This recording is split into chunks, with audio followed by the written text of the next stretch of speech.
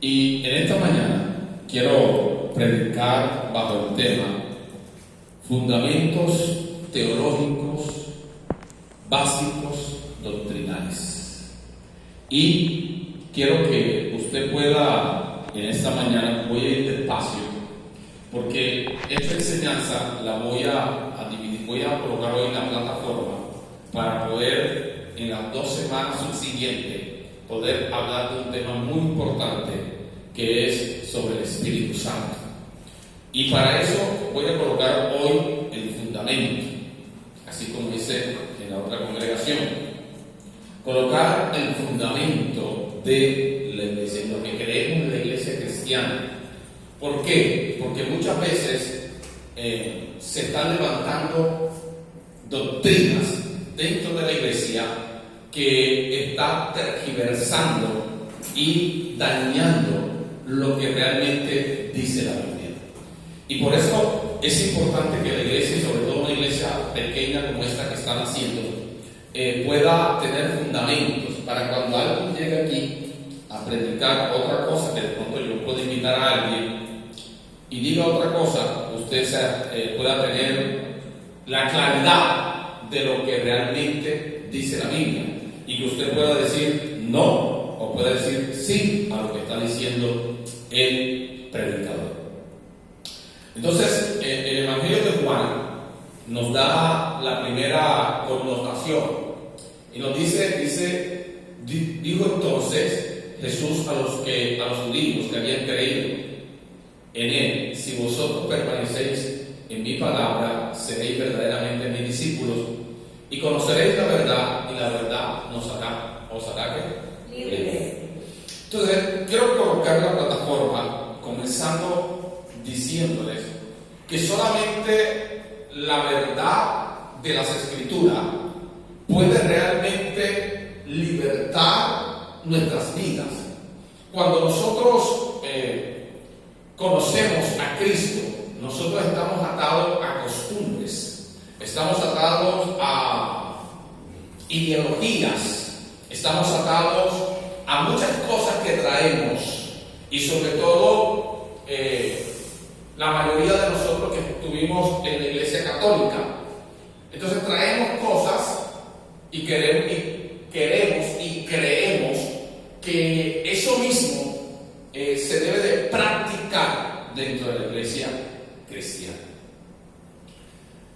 Yo quiero que usted pueda entender en esta mañana hacia dónde voy.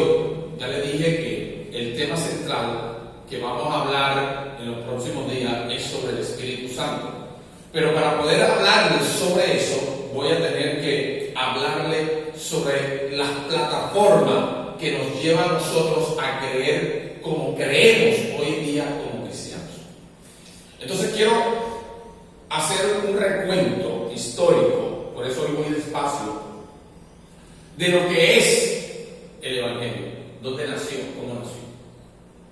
Entonces nosotros sabemos que el nacimiento de la iglesia cristiana se produjo el día de Pentecostés. Ese fue el nacimiento, cuando la iglesia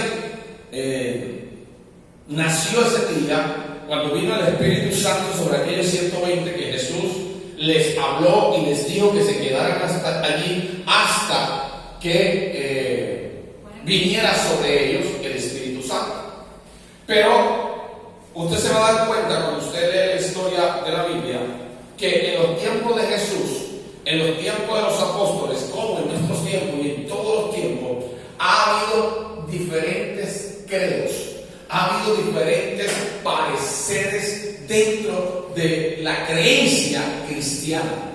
Usted va a encontrar que en el tiempo de Jesús habían fariseos, habían saduceos, habían herodianos. El mismo Jesús, por decirlo así, nació en una familia farisea, porque el fariseísmo era la doctrina predominante de la época. Por eso algunas cosas de los fariseos estaban bien hechas, otras no, que Jesús censuró. Entonces nosotros tenemos que entender que la historia va creciendo, y en el tiempo de los apóstoles, ellos nacen la iglesia y Dios empieza a glorificarse, a hacer cosas grandes, pero dentro de la iglesia empezó a meterse también algunos credos de otras religiones, lo que se le llamó sincretismo, y usted va a encontrar que el apóstol Pablo se vuelve en un defensor férreo de la doctrina y empieza a pelear por lo que es la doctrina, y por eso usted va a encontrar que el apóstol Pablo, lo que nosotros llamamos doctrina hoy, el que más presenta esto es el apóstol Pablo. Pedro habla todo lo que son las cartas de los apóstoles, eso se le llama doctrina apostólica. Pero parece ser, cuando avanza el tiempo, en el año 325, la iglesia se había metido muchas doctrinas, muchas situaciones dentro de la iglesia, y esas situaciones provocaron que un día los hermanos de la época se tuvieron que reunir para decir en qué es lo que creemos.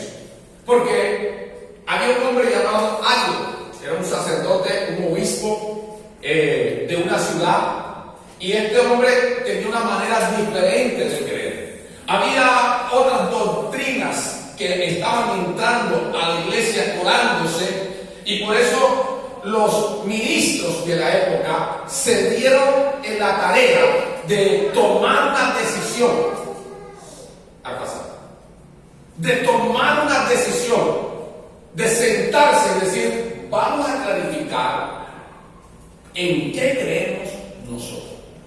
Entonces fue lo que nació, lo que nosotros conocemos en la historia como el concilio de Nicea en el año 325, dirigido por Constantino, cuando Constantino fue calificado como emperador de la época. Luego pasa esta época, y cuando pasa esta época, parece ser que hubo un tiempo oscuro, porque en esa época es cuando se nombra un papado. Entonces cuando sale el papa de Roma, pero también se rebelaron en Constantinopla y colocaron a un papa también allá en Constantinopla, y dijeron, allá hay un primado, a lo que se le llama un primado, hay un líder, y la iglesia se dividió y hubieron algunas cosas que pasar. Pero llegamos al año 1517. No sé si ustedes se acuerdan, en los colegios de pronto estudiaron esto, lo que se llamó la Reforma Protestante. Y de allí encontramos varias personas que se levantan contra el papado de la época, porque resulta que el papado de la época estaba construyendo la Capilla Sistina. Usted ha escuchado la Capilla Sistina en Italia, en Roma, y esta capilla necesitaba recursos. Entonces se inventaron algo que se llamó pelagianismo. ¿Cómo se llamó? El pelagianismo es algo parecido a lo que tenemos hoy en día en la iglesia evangélica. El pelagianismo, lo que se trataba era de indulgencias. O sea, la iglesia católica empezó a vender lo que usted escuchó como indulgencia. Si tu muertico se murió, esa no era muerta. Si la persona murió, ¿cuál era el propósito? Hombre, él no puede ir al cielo porque era borrachín. Pero si tú das 2 millones de pesos, le hacemos 4 o 5 visitas y lo sacamos de allá. Entonces se levantó un hombre, un sacerdote de la época, llamado Martín Lutero. Y Martín Lutero se levanta no con el propósito de dividir la iglesia católica, ni de irse en contra de ellos, sino que él se levanta preocupado por lo que están haciendo, porque empezó a leer la Biblia, empezó a leer las Escrituras, y se dio cuenta que lo que el papado estaba haciendo era incorrecto. Entonces Martín Lutero llama y dice, mire, estamos haciendo esto incorrecto. A él lo persiguen, todo lo demás, hasta que un día, en el año 1517, toma una decisión. Hace lo que usted va a leer en la historia, las 95 tesis de Lutero, y va y las pega en la iglesia de Wittenberg, Alemania, y ahí clavó las 95 tesis, lo que dice qué era lo que decía la Biblia y qué era lo que no decía, y qué era lo que estaban haciendo mal y qué era lo que no estaba haciendo mal. Basado en eso, la iglesia que empiezan a hacer, porque a Lutero lo sacan, lo expulsan, lo excomulgan del catolicismo. Entonces nace, hay un avivamiento nuevamente en la palabra. Entonces la gente empieza a leer la palabra, la gente nuevamente empieza a leer las escrituras, la gente empieza a interesarse. Entonces usted va a encontrar personas como Juan Calvino, va a encontrar personas como John Hus, va a encontrar personas que empiezan a predicar la palabra y a leer la palabra y a confrontar el clero de la época con la palabra. Y esto produce un avivamiento en la época. Pero así como produce un avivamiento, también produce confusiones, en el sentido de que alguien dice esto, el otro dice esto. Así como nosotros los evangelios decimos así, los otros dicen así, y los otros están. La gente que no conoce dice: ¿a quién le cree? Entonces, Martín Lutero, con los reformadores de la época, hacen sus cuentas en lo que dice la Biblia y sacan 5, de esas 95, sacan 5 tesis o 5 doctrinas en lo que la iglesia debe de creer. Todo esto basado en las escrituras. Usted tiene que entender que la iglesia cristiana tiene doctrinas primarias, tiene doctrinas secundarias y tiene doctrinas terciarias. Las doctrinas primarias no se pueden tocar. Si las tocamos, perdemos el norte de lo que es la iglesia. Las doctrinas secundarias son muy importantes. De pronto hay algunas desacuerdos uno con otro, pero podemos ir con un hermano con el otro, por ejemplo, o las doctrinas terciarias, que son más sencillas. Por ejemplo, una doctrina secundaria, el bautismo de infantes. Es secundaria, no queremos decir que no sea importante, pero no tan importante como las primarias. Entonces, hay iglesias como las luteranas que bautizan. No, las luteranas no.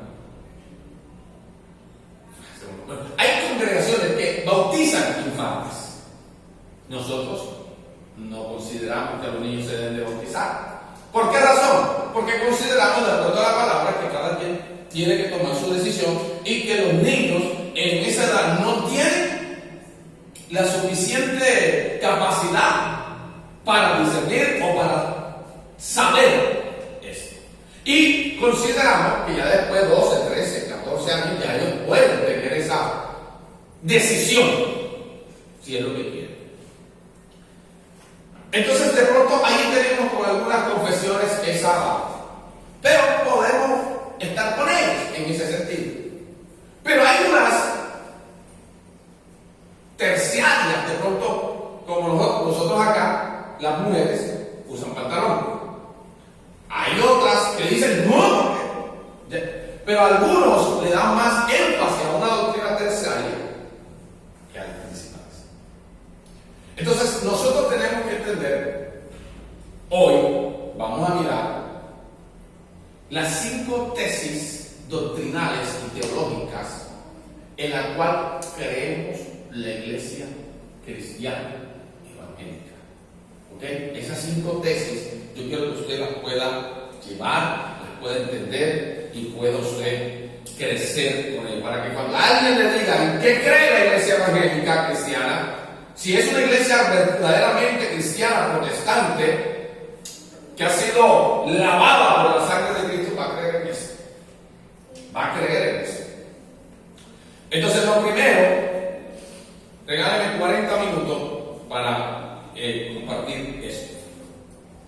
La primera, en lo que creemos, número uno, solo la Escritura es la revelación total de Dios. Solo la Escritura es la revelación total de Dios. Ahora, ¿qué es lo que estamos diciendo? Estamos diciendo que la palabra de Dios es nuestra máxima autoridad en materia de fe y práctica. Por tanto, nada que la contradiga puede regular la vida del creyente nacido de nuevo. En otras palabras, solamente nosotros creemos en lo que dice la Biblia. Usted va a encontrar iglesias que le dan mayor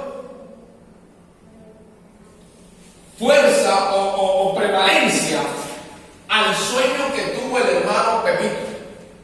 Dios me mostró que yo subí al cielo y cuando yo bajé del cielo bajé con una espada y por eso esa espada a partir de hoy yo soy fulano de tal aquí en la iglesia.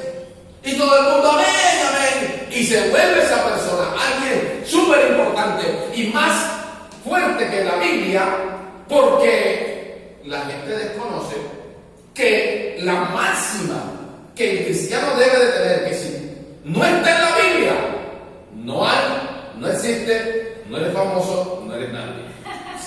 Si está en la Biblia y tú apareces allí, entonces eres la persona que tú dices que eres. Entonces, la iglesia muchas veces se van más a lo que el otro soñó y no se dio cuenta si fue que se comió una frijolada antes de acostarse, antes de lo que dice la Biblia. Entonces, la iglesia cristiana que ha sido reformada por Cristo, que ha sido levantada por Cristo, es una iglesia que nos basamos única y exclusivamente en lo que dice la Biblia. Si la Biblia lo dice, yo lo creo. Amén. Si la Biblia no lo dice, son tus pareceres, yo te acepto que tú pienses eso. Pero si la Biblia no lo dice, yo no tengo por qué acomodarme a lo que tú piensas o a lo que tú quieres. Esa es tu ideología, está bien, respetable. Pero si la Biblia no lo dice, yo no tengo por qué atarme a lo que está pensando. Entonces, la iglesia cristiana, por eso es que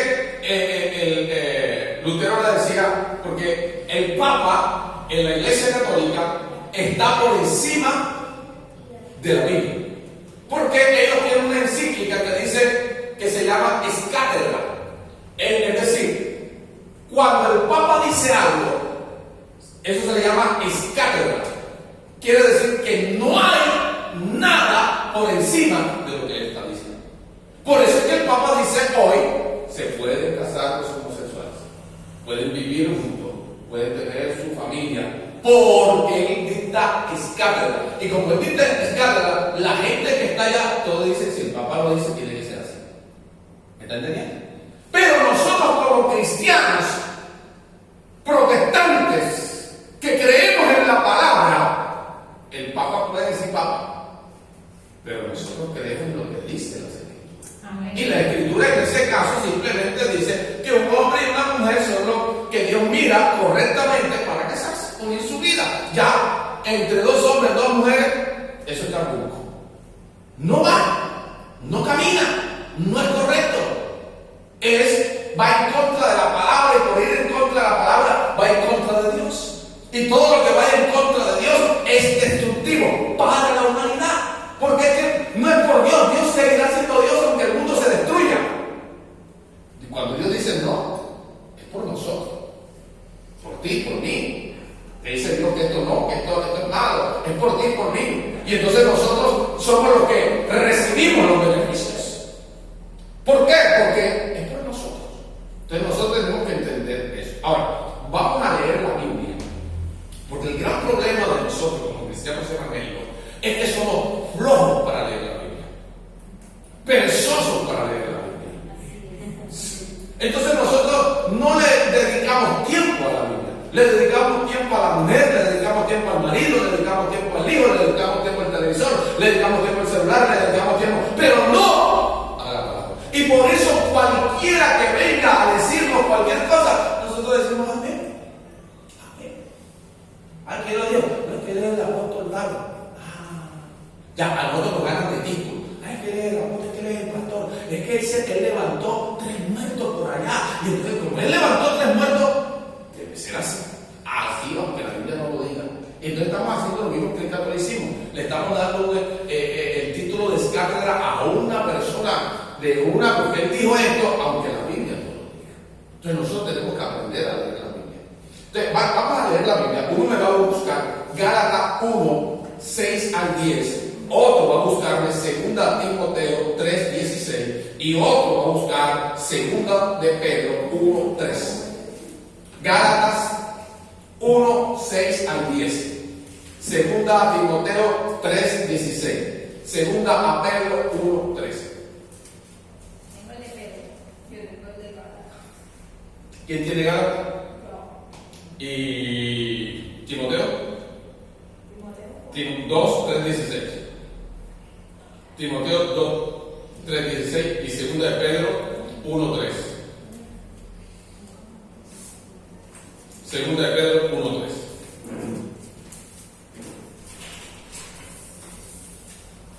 ¿Ya lo tienen? 2 de Pedro 1, 3. ¿Quién tiene? Timoteo 3, 16. Gálatas. No, primero Gálatas. ¿Quién tiene Gálatas? Yo. Ok, colócate de pie por favor y léelo fuerte. Gálatas 1, 6 al 10. Del 1, del 6 al 10. Dice: Estoy maravillado de que tan pronto os hayáis alejado del que. Por favor, vamos a escuchar. Estoy maravillado de que tan pronto os hayáis alejado del que os llamó por la gracia de Cristo para seguir un evangelio diferente. No que haya otros, sino que hay algunos que os perturban y quieren prevenir el evangelio de Cristo. Quieren pervertir. Mas si aún nosotros, o un ángel del cielo, os anunciar otro evangelio diferente del que os hemos anunciado, sea anatema. Como antes hemos dicho, también ahora lo repito: si alguno predica diferente evangelio del que habéis recibido, sea anatema. Pues busco ahora el favor de los hombres sobre Dios, o trata de agradar a los hombres, pues si te lo digo,